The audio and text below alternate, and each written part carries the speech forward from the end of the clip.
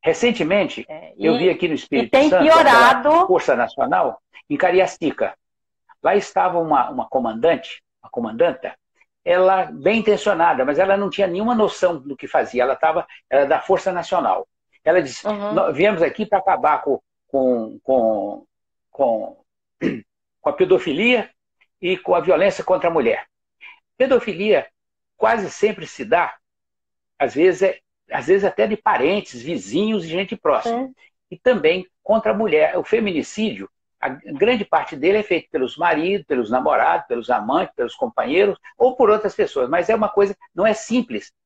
Ou você ajuda a mudar na cultura, porque a opção de ficar dentro da casa das pessoas e evitar que alguém bata na mulher. Precisa ter políticas.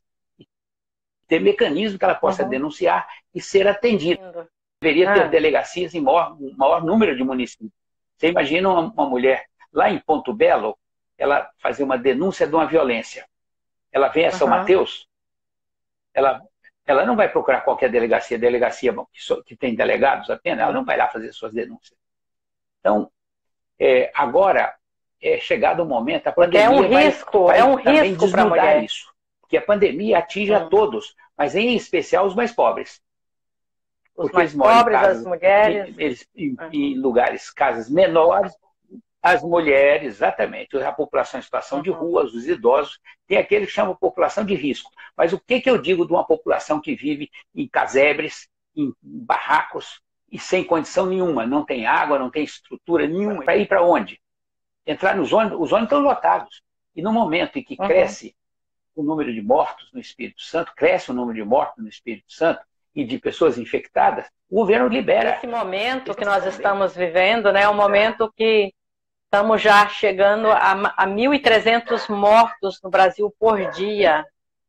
E você sai na urgência, sai nas ruas, né, está tudo normal, como se nada tivesse acontecendo. As pessoas estão passeando, andando, fazendo compras, shoppings abertos. Mas não é a população a culpada disso. A culpa está do poder público que não foi capaz de apresentar alternativas. Como é que eu vou dizer para alguém que não saia da sua casa se ele não tem onde comer? Como é que eu digo para uma mulher que lava roupa, que ela vai passar roupa, ela tem que sair, porque ela não tem como viver. Se tivesse assegurado a ela condições, ela ficaria em casa, mas ela tem que sobreviver. Então, nesse sentido, o governo, o poder público precisa, quando disser não pode abrir o tal comércio, tem que dizer assim, como é que esses comerciantes pequenos vão sobreviver? E como é que aqueles trabalhadores que estão ali vão sobreviver? Mas o governo, num momento como esse, está afrouxando as leis, as normas, permitindo que as pessoas sejam demitidas e também, em dado momento, sejam submetidos às regras literalmente rígidas de alguns empresários famintos de lucro. E é possível funcionar algumas coisas. Quanto menos a gente controlar agora, mais tempo nós vamos ter que sobreviver sobre a pandemia. Os países que tiverem medidas mais corretas, agindo corretamente, fazendo as pessoas ficando em casa e orientando assim que vai acontecer. Mas aqui não, a gente parece que alguns deles sentem prazer em ampliar. A Tânia Araújo está aí, né, que está lá na Áustria, na Alemanha. São países, não é, que fizeram a quarentena direitinho, né? E já superaram. Aí a Joana está lembrando aqui, não é? O trabalhador tem que sair de casa, ele precisa trabalhar, os ônibus lotados, né? E o Sávio disse aí, né? No Brasil está morrendo uma pessoa por minuto pela pandemia. E o Igor está dizendo que são categorias mais vulneráveis e que no momento estão desamparadas a nível estadual, diante do descaso e inversão de prioridades do governo do Estado. O que você considera sobre a atuação das prefeituras? De fato, eles têm prioridades. Prioridade é proteger os ricos, infelizmente. Proteger os ricos e esquecer os pobres. É como se salvar o lucro fosse mais importante que salvar as vidas. Com as vidas a gente pode continuar. Então, muitas prefeituras, tem um exemplo que eu citei da vez passada, esses dias, é o seguinte: Belo Horizonte, o prefeito tomou medidas precisas e tocou o barco. Resultado, exerceu uma grande influência na região metropolitana de Belo Horizonte. Na região metropolitana. O número de mortos e de infectado em Minas Gerais é menor do que no Espírito Santo. Nós somos um estado menor, população menor e temos mais mortos e infectados do que em Belo Horizonte. Claro que agora parece que eles andaram, tentaram agora relaxar um pouco. Mas lá, quando eles tocaram aquilo de maneira mais correta, exerceu influência. Se os prefeitos aqui da região metropolitana tiver uma política correta, exerce influência nos outros municípios. E também evita e orientação às pessoas. Muitas pessoas têm saído da cidade, indo para o interior. Eu vou me proteger no interior. E levando, não é? Levando, é isso.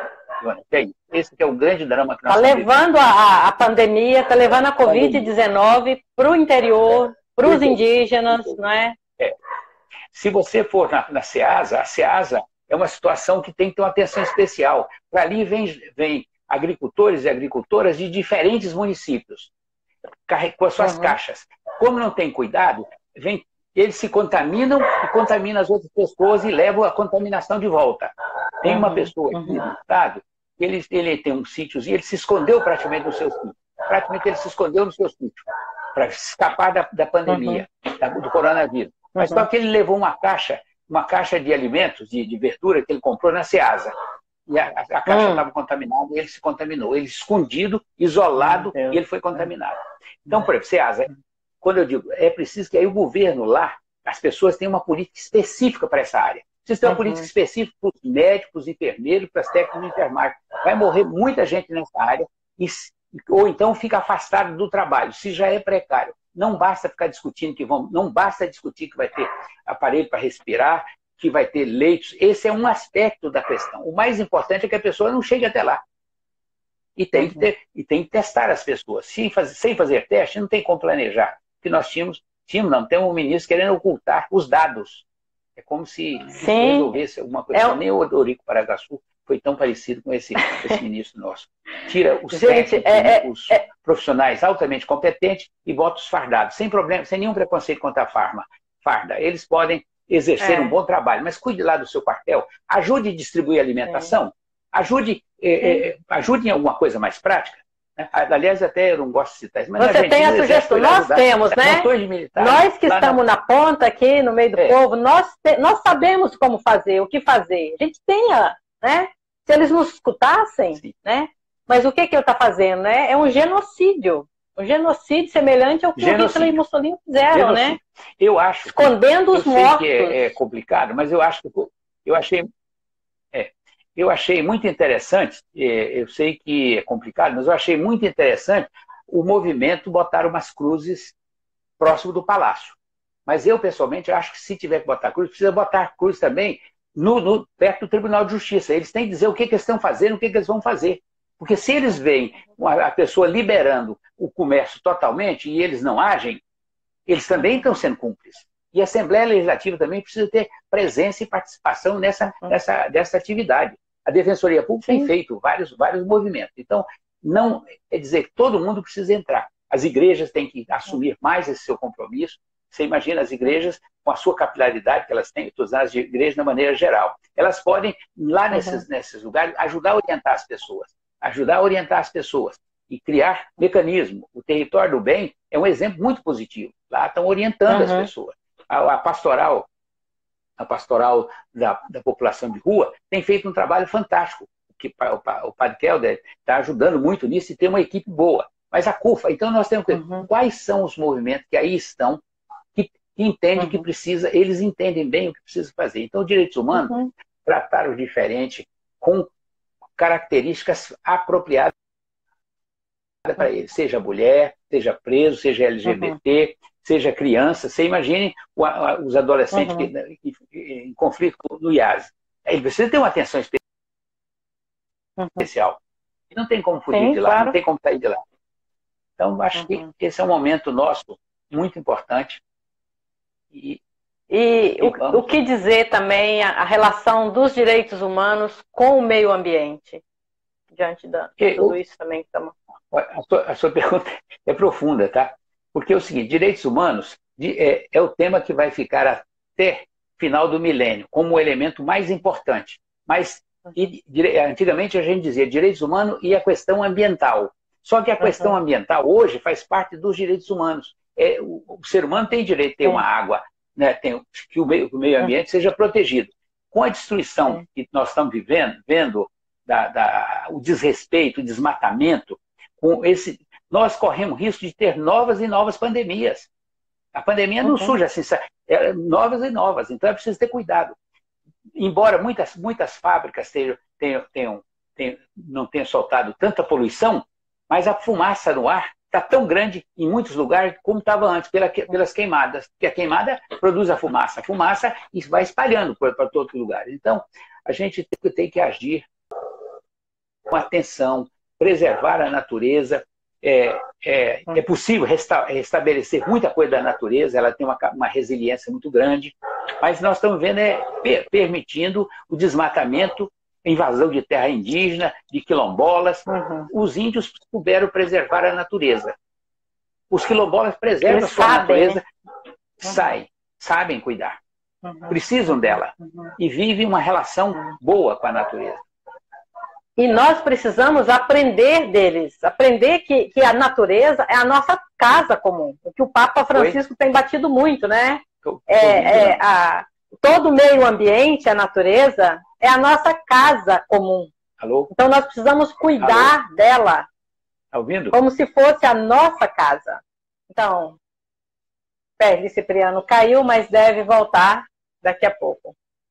Ele é um guerreiro mesmo, né? Um guerreiro do povo, ele é um lutador, é um militante histórico aí dos direitos humanos. Por isso, quando ele propôs a live, eu não tive dúvida em aceitar, porque tudo isso que eu estou falando, né? Os direitos humanos está interligado com tudo, né? Com o meio ambiente, esse meio ambiente visto como a nossa grande casa comum, né, que nós todos precisamos de cuidar. E aí os indígenas nos ajudam muito, né?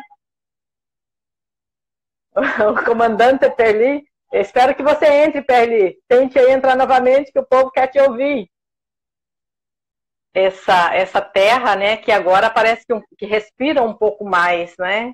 Quando as pessoas estão mais em casa e acho que refletindo também, pensando um pouco mais, né? Que tudo é finito, a água é finita se eu não cuido, a terra, o meio ambiente, tudo precisa de cuidados. E quando eu falo que os indígenas, eles nos ensinam muito, porque toda essa sabedoria, né, milenar, o cuidado com a terra, o cuidado com as pessoas, né? Os idosos para os indígenas, eles têm tanto respeito para o avô, ao bisavô, as rugas. Uma vez eu ouvi de um indígena, né? Ele disse que as crianças passam a mão, Perli, nos idosos indígenas, né? Todo enrugadinho, né? Aquilo é lindo. Os idosos indígenas, eles respeitam o que eles veem no ancestral, né? A sabedoria.